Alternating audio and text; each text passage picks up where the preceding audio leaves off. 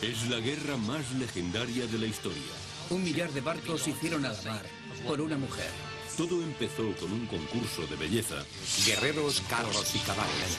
Y terminó con un caballo gigante sembrando el exterminio y aniquilación. Muros enteros cayeron. Una narración tan poderosa que ha inspirado 3000 años de mitos y leyendas. Sacrificó a su propia hija.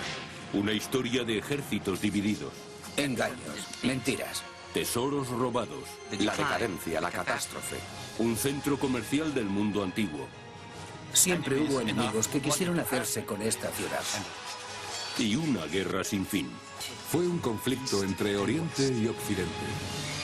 Ahora, arqueólogos, literatos, investigadores y analistas militares descubren pruebas de que la mítica ciudad, destruida por la belleza y la venganza, pudo ser real.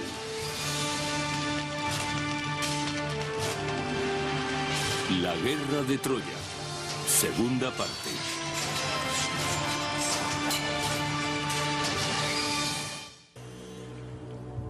Al oeste de Troya, atravesando las islas griegas que salpican el mar Egeo, se encuentra la Grecia continental. Atenas, Esparta, Pilos, Olimpia, y en su centro se encuentra el mayor y más rico de los principados de la Edad de Bronce, Micenas. Ocultos entre estas ruinas están las pruebas de sus riquezas y su poder. Spiros Lakovidis es el padrino de la arqueología de Micenas y el director de las excavaciones. Trabajo aquí desde el año 58. Hace más de 40 años. Y se puede decir que estoy enamorado de este lugar. La civilización micénica fue una época de activas interconexiones, ya que la gente que se desplazaba por la región tenía que pasar forzosamente por Micenas. El aspecto de esta fortaleza envía un mensaje de poder tanto a amigos como a enemigos. Los muros de la ciudad se alzan hasta una altura de 13 metros y su anchura es de 8 metros. Hoy, Christofilis Magidis, director asistente de las excavaciones, se acerca a la entrada principal. 20 toneladas de piedra esculpida, llamada la Puerta de los Leones, erigida en la época de la Guerra de Troya. El elemento principal es el relieve de los leones, en la parte superior, en el triángulo de descarga. Este relieve da idea de una mezcla de declaraciones políticas y alusiones religiosas. La columna representa la casa del rey y los leones su poder y amparo. Es una pétrea y masiva exhibición del derecho divino que asiste al rey en su mandato. Este es un mensaje muy directo para quien pisa el umbral de la ciudadela.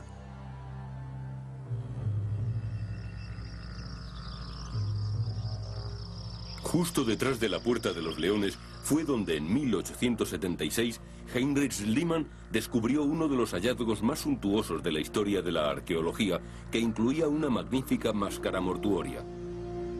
En la manera ostentosa que le era propia proclamó: «He mirado cara a cara a Agamenón». En lo alto de la ciudadela, los arqueólogos descubren los restos de un palacio muy parecido a uno que menciona Homero. Dentro del palacio encuentran un tesoro con objetos de gran valor y murales glorificando la guerra de Micenas y su conquista. Hay escenas muy hermosas en una ciudad asediada. Altos edificios y mujeres mirando por las ventanas. Guerreros, carros y caballos. Solo podemos pensar que estas escenas reflejan, o al menos recuerdan de alguna forma, todas las aventuras de los micénicos en el Asia Menor Sur y noroccidental. En la azotea del gran palacio, viendo a sus pies el rico valle hasta el mar Egeo, quizá soñando con la conquista de Troya, los reyes como Agamenón festejaban en compañía de sus caudillos. Homero nos habla de una fiesta que tiene lugar al otro lado de la península del Peloponeso, en Pilos, el reino de Néstor, un anciano y sabio rey y también un héroe de la guerra de Troya. Aquí, en 1996, en los sótanos de un museo regional, la arqueóloga Sharon Stoker encontró unas cajas con huesos de animales quemados. Habían sido almacenadas aquí y etiquetadas como restos de comida por el famoso arqueólogo Carl Blegen hace más de 50 años. Ahora Stoker encuentra algo peculiar en su contenido. Lo que aquí hemos representado son huesos de muslos y mandíbulas de toro, ganado macho. Probablemente hay unos 10 ejemplares aquí. La carne de 10 toros puede alimentar a 6.000 personas. Y el hecho de que los restos sean determinadas partes del cuerpo y todas procedentes de ganado vacuno macho hace sospechar a Stoker y al arqueólogo Jack Davis que son algo más que restos de comida.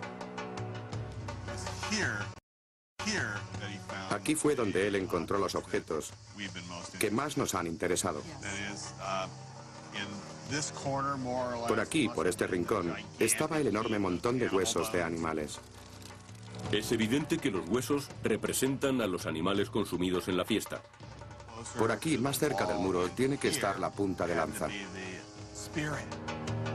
La punta de lanza seguramente era el instrumento del carnicero. Y aquí, en el exterior, debía estar el montón de esas copas en miniatura. En la excavación realizada por Blegen en los años 50, se descubrieron miles de copitas en todos los rincones y pasillos del Palacio de Néstor. Miles de invitados bebiendo. Todos esos objetos estaban agrupados en montones contiguos, unos cerca de otros. Pero también se encontró una pieza importantísima. Las tablillas con la escritura llamada Lineal B, que descifradas en los años 50 revelaron una finalidad distinta para aquellos banquetes. Por aquí se encontraron las tablillas que demuestran los sacrificios que se estaban realizando en honor del dios Poseidón. Reuniendo todas las pruebas, Stoker y Davis nos proporcionan una clara imagen de los banquetes de la Edad de Bronce.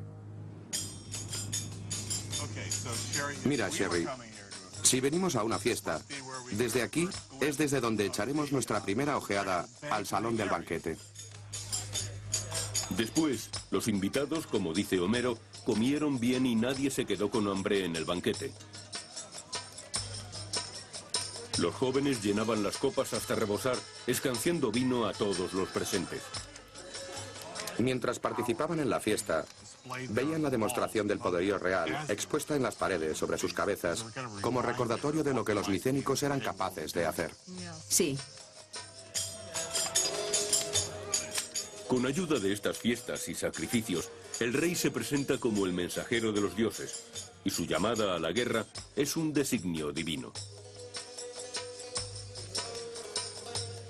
De esta forma, la fiesta se convertía en un arma muy persuasiva para que los agasajados guerreros acompañaran al rey en su guerra contra los troyanos.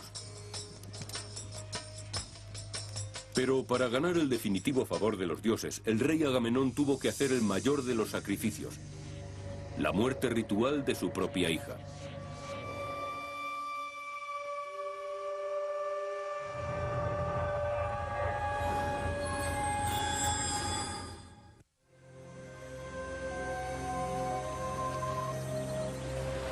En la más virulenta intersección de la mitología con la historia se halla la práctica de los sacrificios humanos. ¿Cómo pudo una acción considerada el máximo crimen en el mundo moderno estar tan extendida entre las culturas antiguas? El profesor Robert Garland en una playa que bien podría ser la de Troya. El sacrificio humano es cometido por Agamenón. Después, según nos relatan, Aquiles mata brutalmente a 12 jóvenes troyanos para aplacar al espíritu de su amigo Patroclo. Y al final de la guerra, Políxena es sacrificada en la tumba de Aquiles. Estos son episodios del reino de la mitología, pero también tenemos pruebas históricas de sacrificios humanos. Durante la Edad de Bronce estuvo muy extendido el sacrificio de esclavos y prisioneros desde Egipto hasta Babilonia. Con frecuencia servía para demostrar públicamente el poder del rey. Pero los griegos, los fundadores de la civilización occidental, ¿también practicaron los sacrificios humanos? Parece que hay algún registro arqueológico de esa práctica. Sin ir más lejos, en algunas cámaras mortuorias de la zona de Micenas, hemos encontrado cuerpos de esclavos, unos encima de otros, que pudieron ser sacrificados a la muerte de su amo o ser prisioneros de guerra. Pero para ellos no era el sacrificio de seres humanos. Lo que nosotros consideramos como tal no es el mismo concepto que el que tenían ellos de esos actos. Un esclavo o un prisionero de guerra eran un objeto, no una persona. Un dato interesante. Aunque los sacrificios humanos imperan en la mitología griega y en la guerra de Troya, Homero no los menciona en la Ilíada.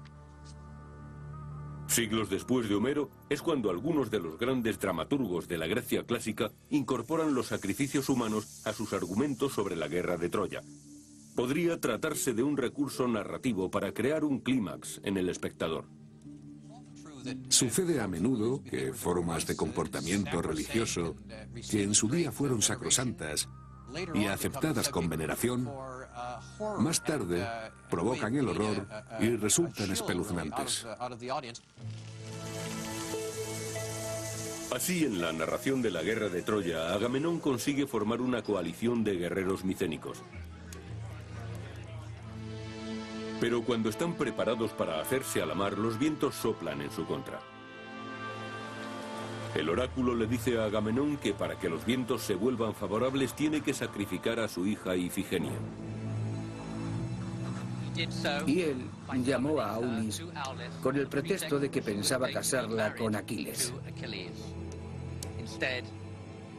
Pero en lugar de eso, le dio muerte, desencadenando así una serie terrible de sucesos que terminarían con su propia muerte.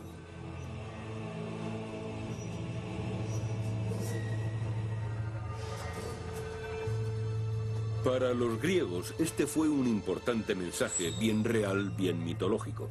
En la guerra, un rey pedía a sus súbditos que sacrificaran la vida de sus hijos. Ahora el rey, ofreciendo a su hija, hacía un sacrificio similar, y los griegos lo verían como un acto democrático e igualitario. Si nosotros sí, ¿por qué no el rey?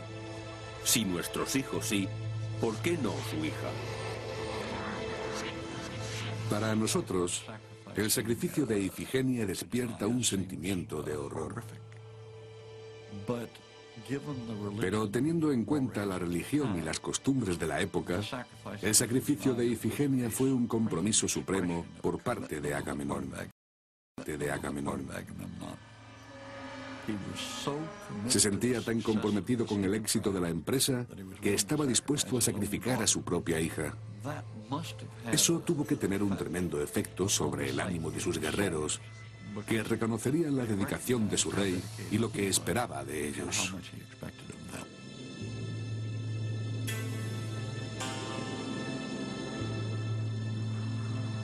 La primera sangre derramada en la guerra de Troya es pues una sangre joven e inocente. Agamenón pagará esa muerte con su propia vida. Pero de momento un fuerte viento favorable conduce la flota de guerra de los griegos hacia el este, hacia Troya. Lo que los griegos desconocían era la resistencia que encontrarían a manos del valiente Héctor y su ejército de troyanos.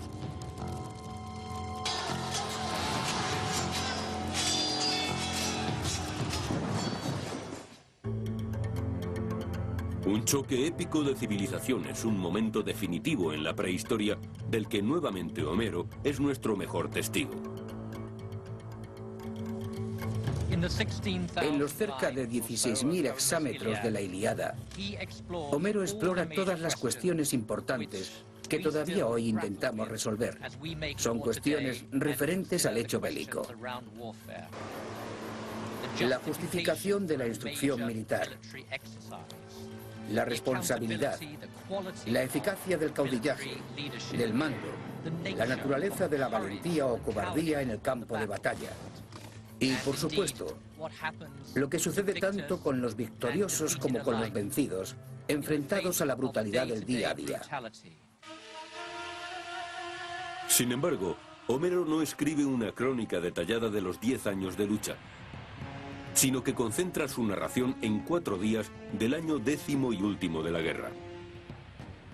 Nos lleva al núcleo de todo lo que produce conflicto en la psique humana. Algunas de sus más memorables descripciones son de hombres en trance de morir.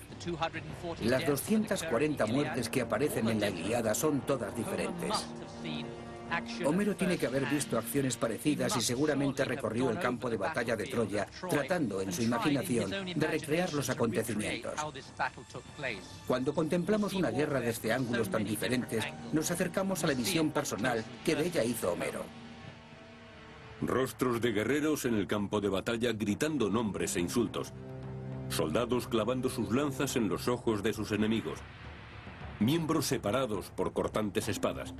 Homero dice que el campo está manchado de sangre negra. Su nombre define la brutal época bélica conocida como Edad Heroica o Edad Homérica. Sobre todo fue una competición de individualidades por una aureola de gloria personal. El prestigio nacía de la naturaleza de los oponentes y del grado de éxito obtenido, en un nivel casi tribal. La esencia de la reputación dependía de con quién medían sus fuerzas y la forma en que lo hacían.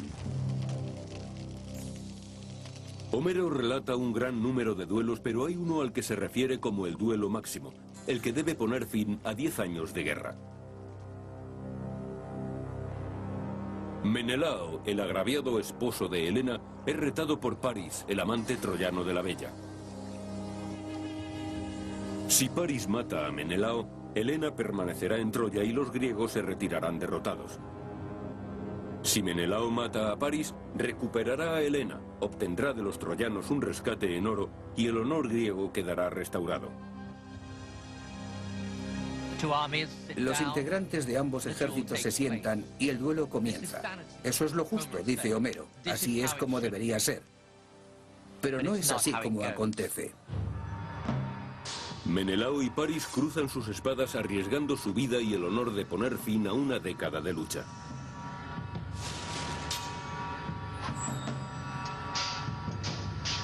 Menelao domina a Paris y se prepara para el golpe mortal. Pero Homero hace intervenir a los dioses para salvar al joven.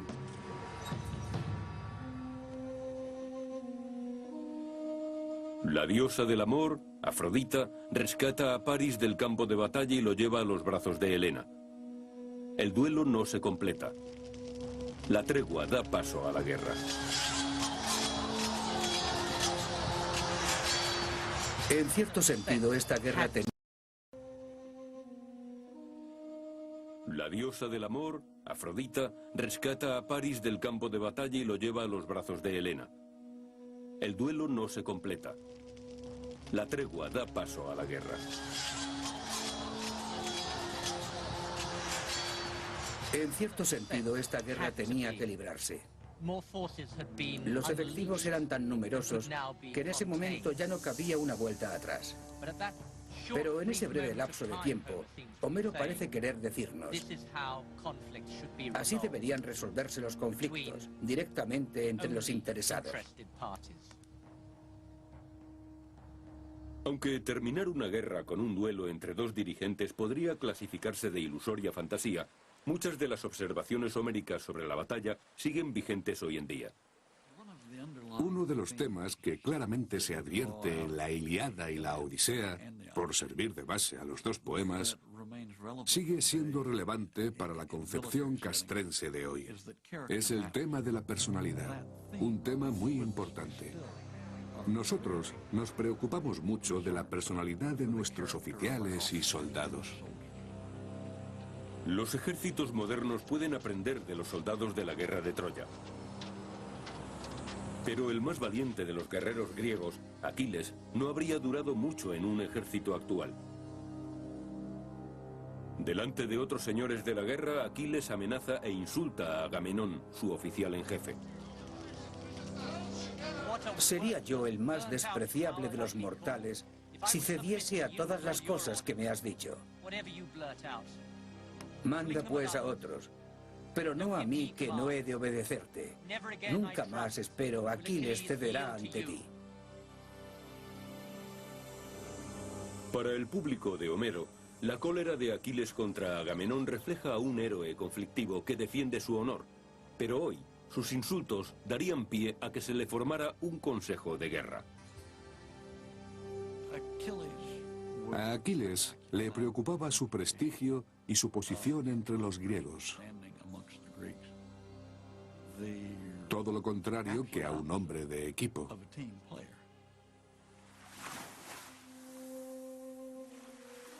Ulises es de una idiosincrasia muy diferente y él también es una expresión del hecho de que la personalidad es muy importante. Ulises es astuto, se le compara con un zorro. Todavía hoy comparamos a algunos de nuestros militares más capaces con zorros.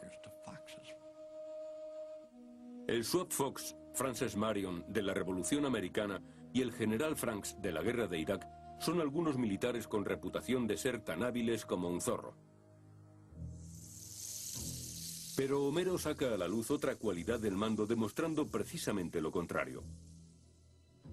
Nunca has ido al frente de tus tropas en el fragor de la batalla. Te falta el valor, rey, que devoras a tu pueblo. Contrariamente a la actuación de un general ideal como George Washington, quien dirigía a sus tropas predicando con el ejemplo, Agamenón es acusado de quedarse rezagado mientras otros luchan y mueren. Agamenón es arrogante, presuntuoso, muy dado a adelantar un orden del día personal e inclinado, en la mente de los demás, a sacar ventaja de su posición para su beneficio personal antes que ser un servidor del resto de los soldados. Resulta interesante que el soldado idealizado por Homero sea Héctor, combatiente del lado de Troya. Héctor tiene la personalidad de un modelo de soldado y ciudadano. Héctor se siente inclinado a preferir el bienestar de su gente y su ciudad antes que su prestigio y su supervivencia. Lo demuestra enfrentándose a Aquiles a unas sabiendas de que la suerte le era adversa y de que su tiempo había concluido. La lucha entre los dos máximos héroes, el griego Aquiles y Héctor el troyano, es el momento álgido de la Ilíada y la historia de Homero sobre Troya. Cuando Héctor se despide de su esposa y su hijo para dirigirse al campo de batalla, Homero hace adivinar el final de la guerra, inclinando las simpatías del público a favor de los troyanos. Héctor se imagina a su mujer Andrómaca viuda y a su hijo Astyanax huérfano. Y como cualquier fiel y amante esposo le dice: sufro más por vosotros dos que por mis conciudadanos. Es vuestra suerte lo que de verdad más me preocupa. Homero retrata a Héctor como un hombre familiar. Si los griegos luchan por venganza y codicia, Héctor lo hace para defender a su esposa, su hijo y su hogar. En cierta forma, los troyanos somos nosotros, y a través de sus ojos, en gran parte a través de los ojos de hombres como Héctor, vamos a seguir el hilo de los trágicos acontecimientos que se avecinan.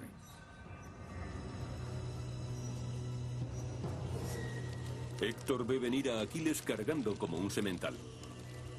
Aquiles se acerca con su brillante casco, le lanza su formidable pica y falla. Le lanza su formidable pica y falla. Héctor blande su espada y carga golpeando el centro mortal del escudo de Aquiles, pero rebota. Héctor saca la espada y ataca, pero Aquiles tiene una segunda pica con la que atraviesa el cuello de Héctor. Héctor se desmorona en el polvo y, exhalando su último suspiro, suplica a Aquiles que devuelva su cadáver a Troya. Pero Aquiles promete que se lo entregará a los perros, lo ata a su carro y palmea a los caballos para que corran en derredor de los muros de Troya, y, como dice Homero, profana el cuerpo de Héctor en la tierra de sus progenitores.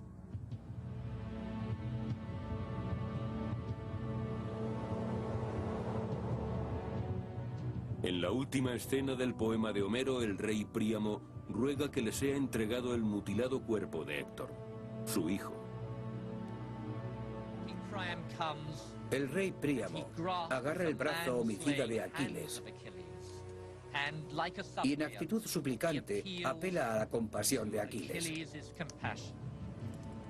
Aquiles cede y los dos hombres se abrazan en reconocimiento de su identidad humana. Ya no son un griego y un troyano. No son ya enemigos a muerte. Ahora son un padre y un hijo. Homero revela aquí su misión subversiva, ya que pone el final a la quizá mayor historia de guerra del mundo con un mensaje antibelicista. Todos somos humanos. Todos somos padres e hijos. Todos tenemos vínculos que van más allá de nuestra identidad nacional. Ante todo y sobre todo somos seres humanos. Se declara una tregua para la incineración del cuerpo de Héctor. Se cantan lamentos funerarios. Las llamas consumen su cadáver dibujando la silueta de los muros de Troya. Homero no escoge un final tipo Hollywood. Elige un final que nos recuerde que la matanza va a continuar. De alguna forma, Homero nos dice a nosotros, a su audiencia, que no debemos confiar, que seguramente seguirán los estragos, la ferocidad, la carnicería y, en último término, la destrucción de Troya. Este episodio completa la historia contada por Homero, pero la verdadera historia de Troya no termina aquí. De repente, los griegos se han ido y un caballo de madera está a las puertas de Troya.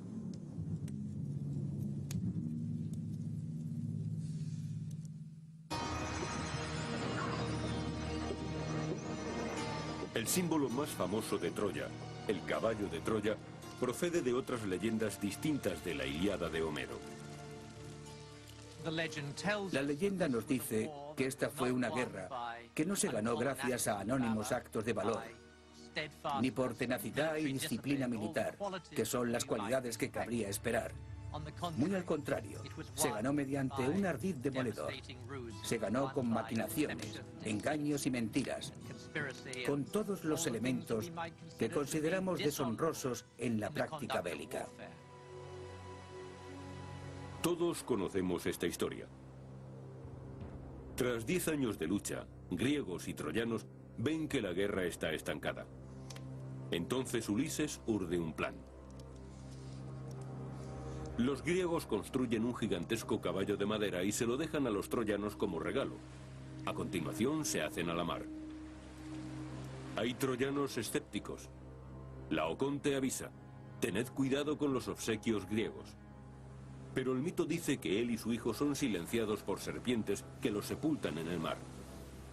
Los troyanos, desesperados, quieren creer que el caballo es una muestra de paz. Y los troyanos rompieron la muralla para dejar paso al caballo, repleto de soldados griegos. Por la noche, cuando celebraban la marcha de los griegos, estos salieron del caballo de madera, facilitaron la entrada a sus compañeros y se entregaron al saqueo, el pillaje y la destrucción.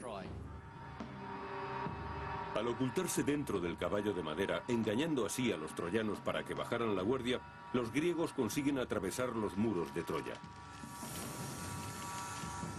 El temor de Héctor, que supo arriesgar y perder su vida en defensa de su patria, se estaba haciendo realidad. Príamo fue degollado en su propio altar. Casandra fue violada.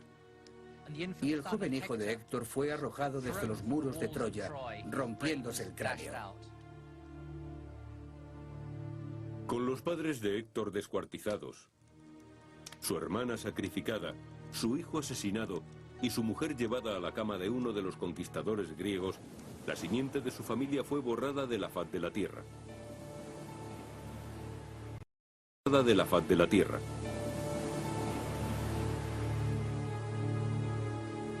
Para los griegos, esta amarga victoria significó la restauración del honor, las riquezas de Troya y Helena. Pero si bien hay multitud de vestigios arqueológicos que hablan de la destrucción de Troya, ¿cómo podría ser verdad la leyenda del caballo? El caballo de Troya se ha convertido en una especie de metáfora de la astucia. Se consigue dejar fuera de combate al enemigo mediante algo tan estudiado y trabajado que estos factores les dan una enorme ventaja sobre el enemigo. La idea de que los griegos pudieran haber construido un gran caballo de madera, escondiéndose en su interior para así penetrar en la ciudad, es ciertamente posible. Pero lo que repele a nuestro sentido de la lógica es que consiguieran su objetivo.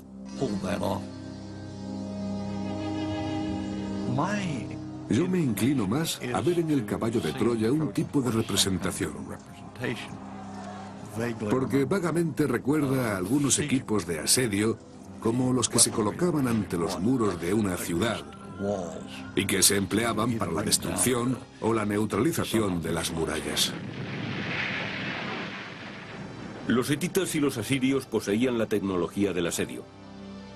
Es posible que estas armas de destrucción masiva de la Edad de Bronce pudieran haber inspirado la leyenda del caballo de Troya.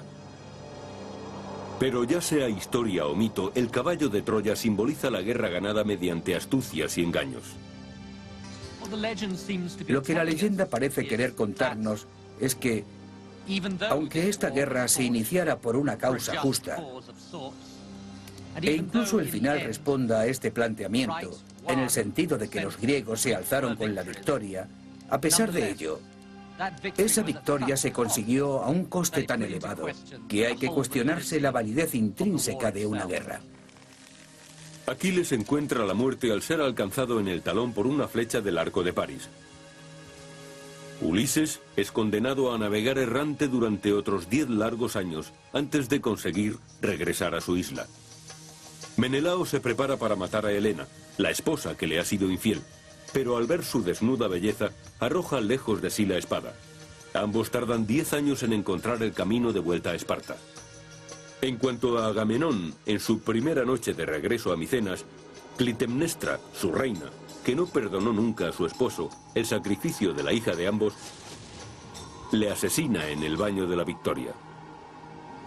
De esta forma, el regreso de los griegos fue para ellos tan terrible como lo había sido la destrucción de Troya.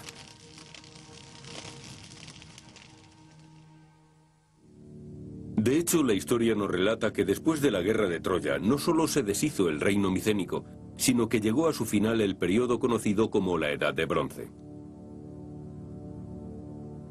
Se ha especulado mucho sobre la causa: guerra civil, invasión extranjera o una serie de devastadores terremotos.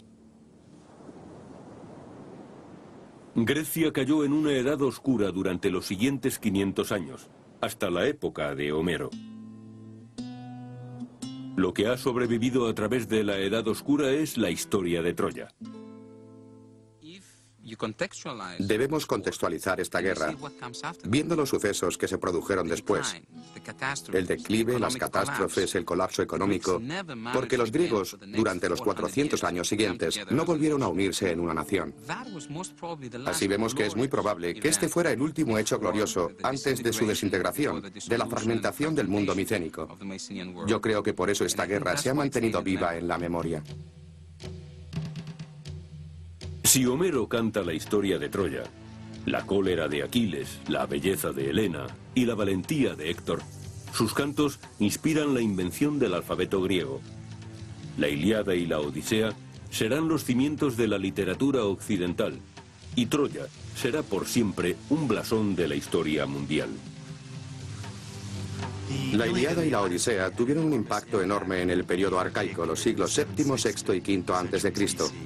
Y así, por extensión, no debe sorprendernos que la gente desee visitar el lugar donde se cree que tuvieron lugar los acontecimientos narrados por Homero. Después los habitantes ven la posibilidad de comercializar agresivamente la ciudad, algo así como la Disneylandia de la antigüedad.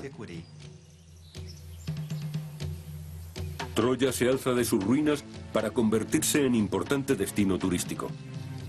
Los antiguos túmulos funerarios se han convertido en monumentos a los héroes griegos y troyanos.